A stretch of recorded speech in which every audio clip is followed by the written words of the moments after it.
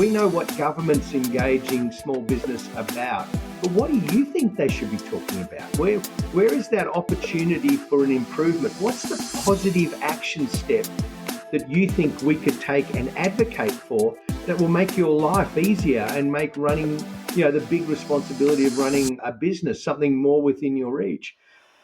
So welcome back to the Business Behind Your Business podcast, where we have the conversations to help your business grow and thrive.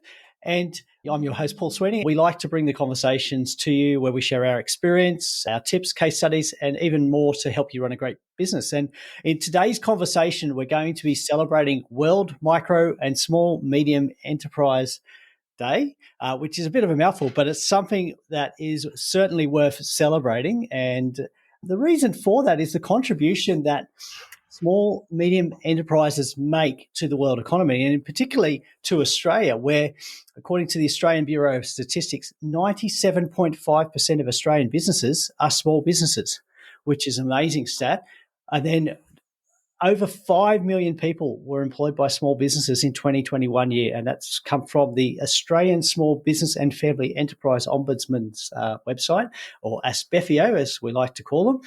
And small business has also contributed 33% of Australia's total gross domestic product in 2021, which is amazing. So the impact that small, medium businesses have on the Australian economy is substantial, and that's why we're going to celebrate today. So we depend on small family-run businesses immensely in our communities, our economy, and we all know somebody that runs a local business. So we're celebrating small and medium business enterprise day all year round, particularly not just on the 27th of June when it's the World Celebration Day, but we're going to celebrate it all year round.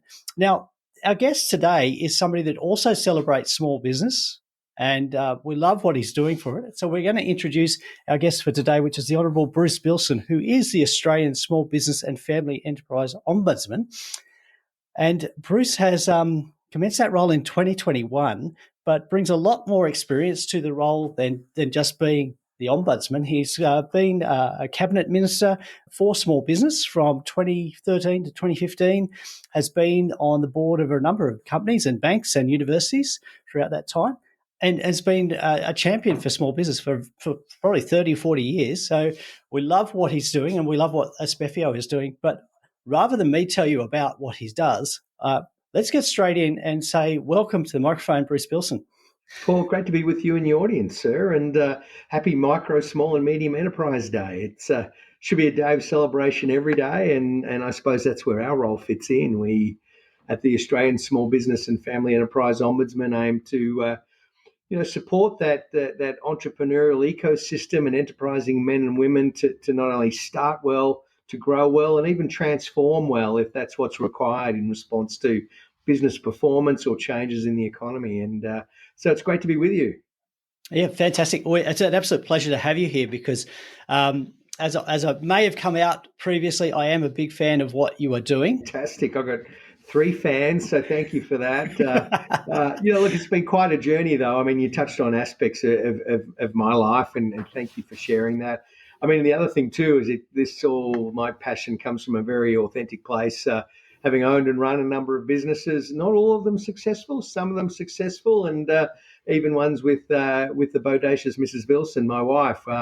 Nothing quite like owning a business with your wife and the pillow talk of cash flow and paying the rent and, it's the greatest contraceptive ever invented. So I've lived the good life and, ridden the ride, felt the bumps, but get up every day trying to improve the ecosystem for enterprising men and women. Mm-hmm. Yeah, absolutely. Now, Bruce, before we go much further, can we just actually define what the Ombudsman does? Because when I started in business, the Ombudsman was only ever mentioned when you had a gripe or a complaint and you wanted to do something about your phone bill or your bank or the tax office. But I don't think that's the full story of what you actually do. No, well, that's right. And it's mildly creepy too, because it was actually when I was the cabinet minister that I created the agency. So it's a little bit weird that I'm now in it. And my team often point to problems with the legislation and suggest that some peanut thought that was a good idea. Well, that peanut would be me. And I suppose the rationale behind it was really threefold. In the federal jurisdiction where there's disputes involving a small business, as you know, Paul, and many of your listeners would know, if you're a small business up against a big business, the justice system can amplify those power and resource imbalances, and you can feel as a small business, you're not going to get a good outcome. Now, in the federal sphere, so these are matters that are within federal jurisdiction, if you can't sort out a dispute and you need to go to court, that court's the Federal Court of Australia. That's a couple of $100,000 if you're lucky, couple of years to get your day in court. Now, what small and family business can cope with that? So I saw that in my role, and I wanted something better. And so the motivation was, well, can we put an alternative dispute resolution assistance service in place to try and get those matters resolved quickly and a very cost-effective way, but also in a way that preserves relationships, because often disputes happen between businesses that want to keep doing business with each other. And so we really focus in on that, and there's probably 6,500 odd matters a year that we get drawn into. And thankfully, most of those are dealt with by us simply providing tools, resources, some know-how about how to engage with the other party that's involved. And that gets into a number of areas, obviously disputes. There might be commercial, payment times is the biggest one we've got right now, some contractual disputes, but also in the federal space, there's a number of industry codes where there is an inherent power imbalance. So think about the oil industry. You and I and your listeners might be running a service station dealing with a multinational oil company. You can see how that might not always go well. Even if we're milk producers, dairy farmers having to deal with maybe one processor in a region, you can see how that dependency and power imbalance might play out badly. Similarly, in the food and grocery area, supplying the big supermarkets, and also in franchising, where we, often see the franchise system being far better resourced than the franchisee who's partnering within that system, but might not feel they've got a good chance to be heard. And when issues emerge, not a good chance to resolve them. We get involved in that space, as well as if a small business is having a blue with the tax office, we offer a tax concierge service where for a co-contribution, Paul, we can actually, provide and facilitate access to an experienced tax lawyer who frankly reality checks whether you've got a legitimate grief or not.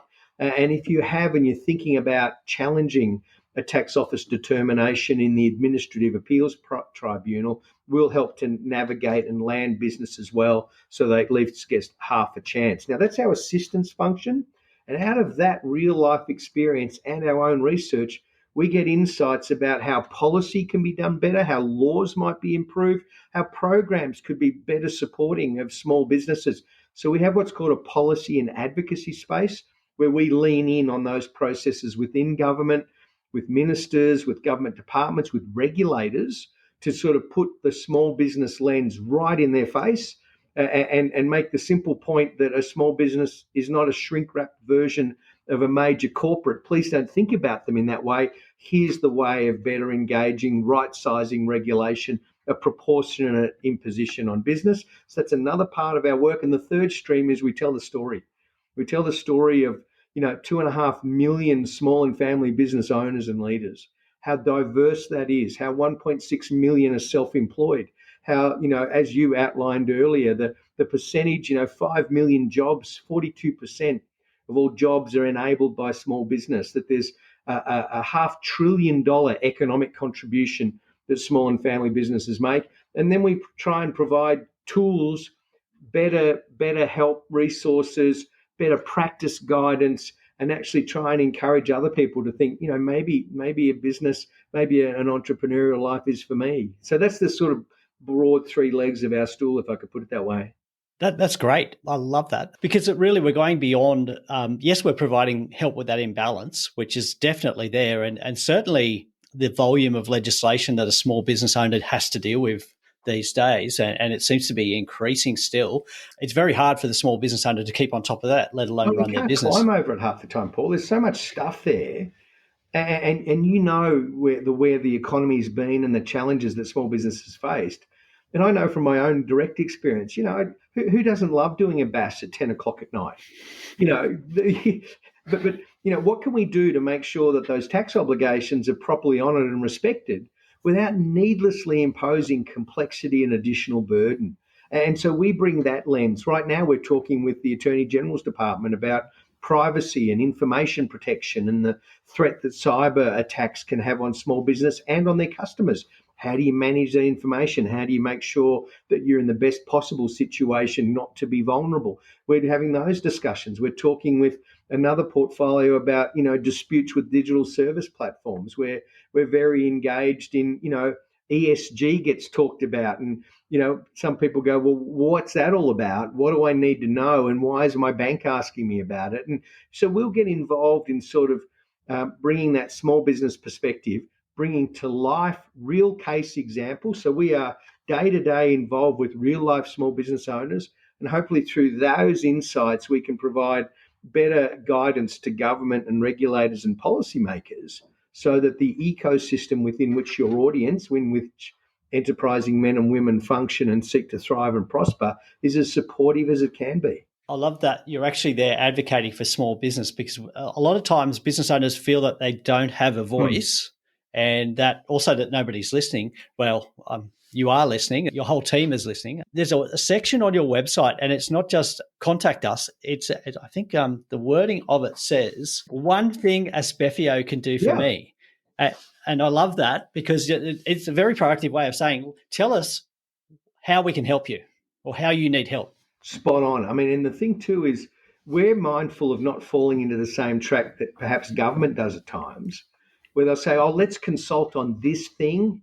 We'll decide what it is, what it's about, how much flex we'll provide, whether we're really consulting to co-design something or whether we're really telling people what we plan to do. And unless they've got a cracking good reason why it's a bad idea, this is what's going to happen. They're all different ways of consulting. But one of the ones we want to bring to the table is we're always on, we're always open for input. And that question says, well, we know what government's engaging small business about, but what do you think they should be talking about? Where is that opportunity for an improvement? What's the positive action step that you think we could take and advocate for that will make your life easier and make running, the big responsibility of running a business something more within your reach? We do that through a number of channels. That part of the website is us always being interested in what's on people's minds and happy to engage. But we also, manage a policy forum of about, 45 small and family business facing industry associations where we bring together. We actually surface through our office every fortnight a summary of all the things government is consulting about. Now, some of those we'll lean into, Paul, because they're relevant and very directly impacting on small business. Some we might choose to sit out because, we've got limited resources as well. But we invite those industry associations to say, no, hang on, Bruce, you got that wrong. This is really important for us. Can you lean in here? Here's an angle we'd like you to advocate. What's this about? And then they also appreciate the fact that there's so much going on. It helps them communicate with their members as well, in case there's something that's relevant that they're not aware of. So that's just part of what we do as we work on that policy and advocacy space. So you're working with the industry organisations that are representing small business owners in different fields. And I know that you've developed a lot of resources which are available for small, medium business owners. And a lot of the times somebody starting a business has said to me, I know there's government help somewhere, but I can't find it. Guess what I've just got off a call about? That very point that there are resources coming out of the trees, and there's so many channels of input, of insight, of experience, of wisdom. And let's include this podcast as part of that. So it's a rich environment of materials and insight and experience that can help. But how do you find it? And the other thing too is show me a small business that wants to know the whole suite of help that's available. They don't. They want to know specifically about something that's impacting on them now. And they don't want a whole broad bunch of concepts and principles. They want to be able to answer the question, what is it I need to do? So that's where we come at it. What actionable information can we provide? And you pointed to some of the resources that we make available. Some of them are actually adaptations of stuff others have produced. I'll give you an example. The Australian Cyber Security Centre does some fantastic work, but their guide to small business kind of looks like a parliamentary inquiry. I mean, where's the cut to the car chase version? So we'll take Yes. that and strip out of it, literally a checklist that says, there are some bad dudes operating in this space and some of them are really sophisticated, but don't feel like you can't do something. Just like you wouldn't leave your shop front open with the lights on and the door flapping in the middle of the night, you wouldn't do that, even though you might not know what organised crime syndicates are up to. There's certain steps you can take. And we bring that very practical lens to, in some cases, translating and distilling, more sophisticated material into some really, really practical action steps that business can take. And you've pointed to some of those resources. But yeah, the call we just came off was, there's bits of material everywhere. It's like a snow of information. Who's going to help find my way to the stuff that I need right now and help that I can apply immediately?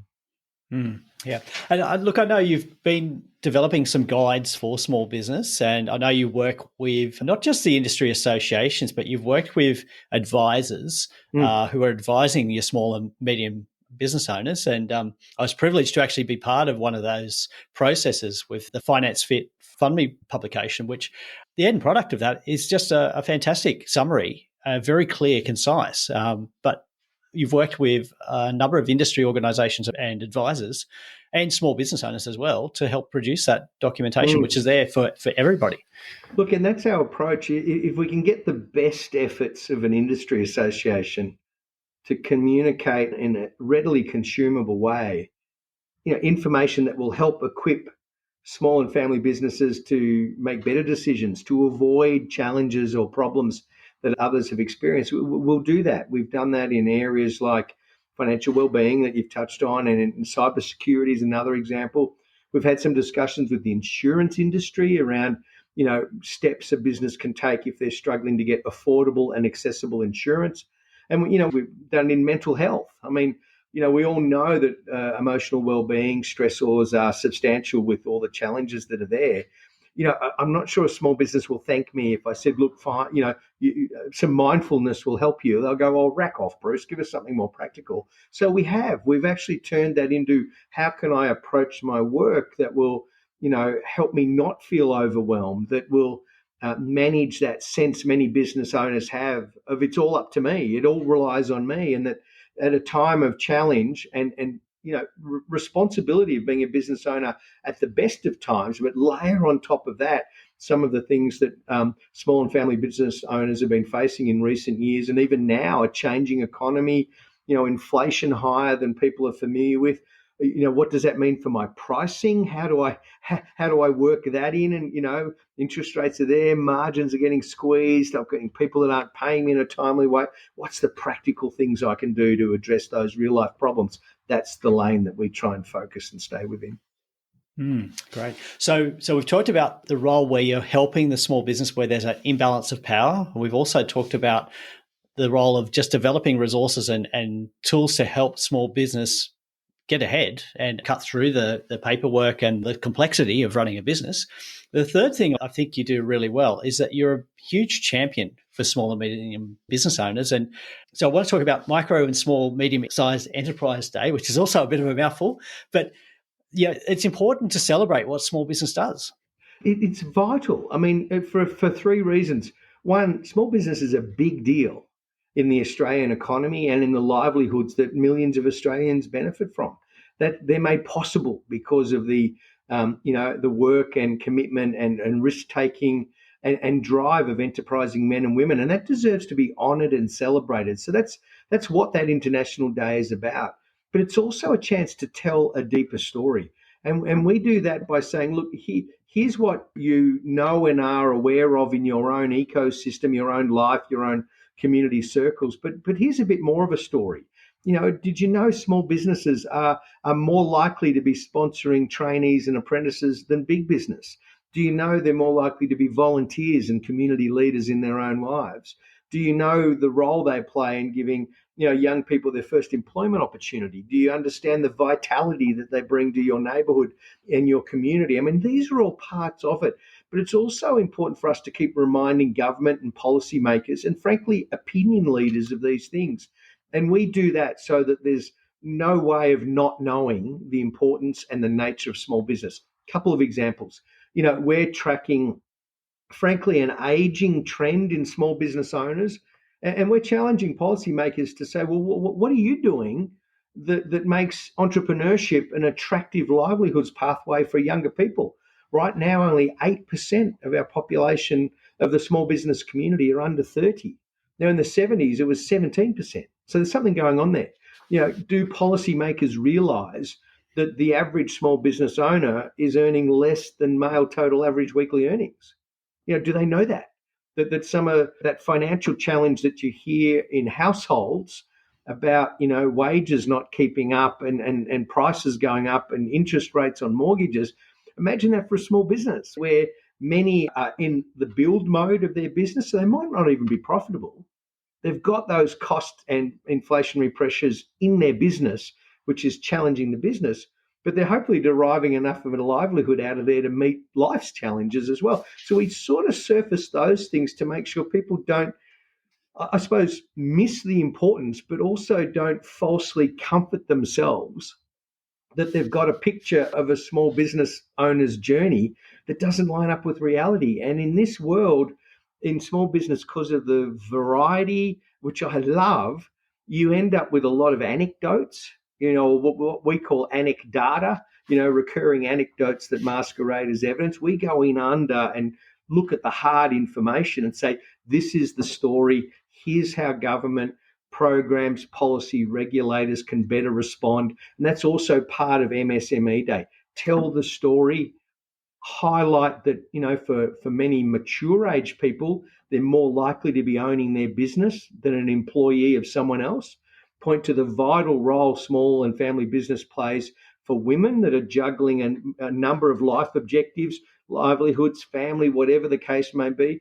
And also the story of many people who've got a side hustle that they hope one day will evolve into a business and end up employing people. What does that journey look like, and how can we be most supportive of it? Wow. It's amazing, isn't it? Just what a small business owner goes through and also what they can achieve. But I think there's that aspect there of community that you've talked about, the involvement in a community and the contribution to community. And I think we sometimes overlook that.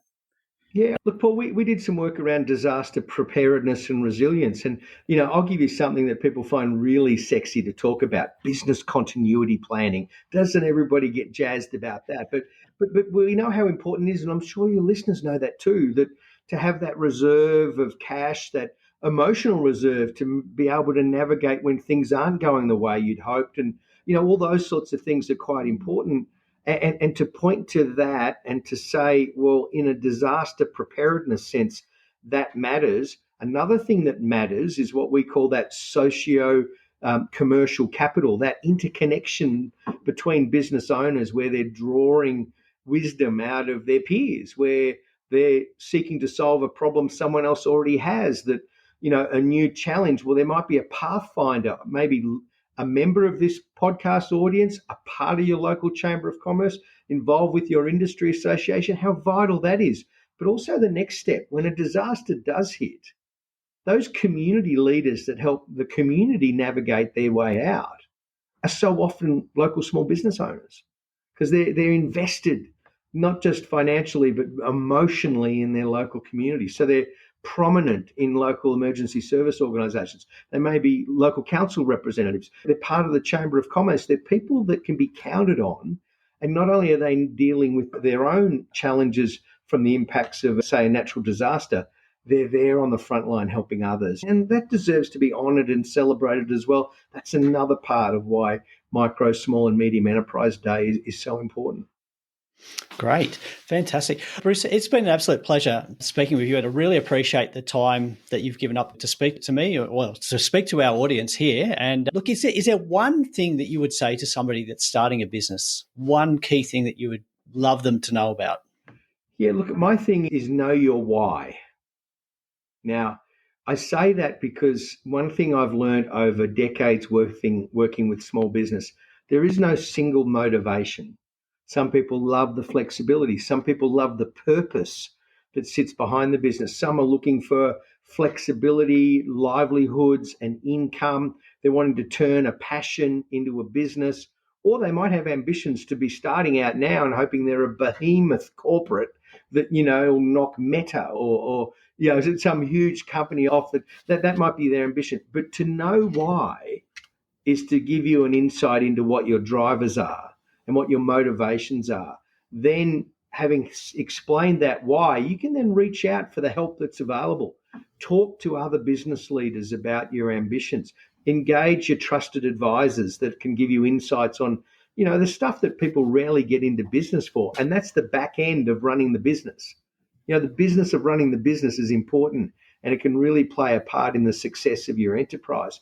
But to get that advice, to ask questions, to be curious, and to map out your course for success as it sits in your eyes, they're all important ingredients. And that'd be my encouragement to people thinking about a small business, and then lots of enthusiasm for giving it a go.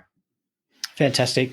Well, Bruce, thank you again for all of your wisdom and for the work that you and ASBFEO are doing on behalf of small and medium business owners in Australia, particularly. But thank you for drawing to the attention of everybody in Australia and the world that micro and small medium businesses matter. And we've got a big reason to celebrate them. So we've mentioned a lot of resources, and just looking at the ASBFEO website, there are so many tools and resources there, very useful. I do love the one thing ASBFEO can do for me question. Look at that one. And then also the phone number 1300 650 460. And don't worry if you're driving and you can't take down that number, because we don't want you to take your hands off the wheel. All the key links to the ASBFEO website, the phone number, they'll be in the show notes for you to look up when you safely park the car and you're back in the office or at home. Thank you again to Bruce. And look, please reach out, have a look at what ASBFEO is doing. That's asbfeo.gov.au. And once again, Bruce, thank you. I really appreciate you sharing your experience and giving up your time to speak to our audience today. Happy to be with you, Paul, and let's energize enterprise. Great to be with your audience. Yeah, thank you very much. And look, if you're listening to us for the first time, it's great to have you with us. And look, to make sure you don't miss any future episodes like this, make sure you subscribe in whichever podcast player you're using to listen to us today. Make sure you subscribe and follow us so that you don't miss a thing. And if you think somebody else, another small business owner that you know could benefit from hearing conversations like this, then please share the business behind your business with them. And if you've missed an episode and you'd like to go back, all of the past episodes and resources are available on the businessbehindyourbusiness.com website. I would love you to check those out and give us some feedback about what you find useful. So thanks again, Bruce, and thank you for listening.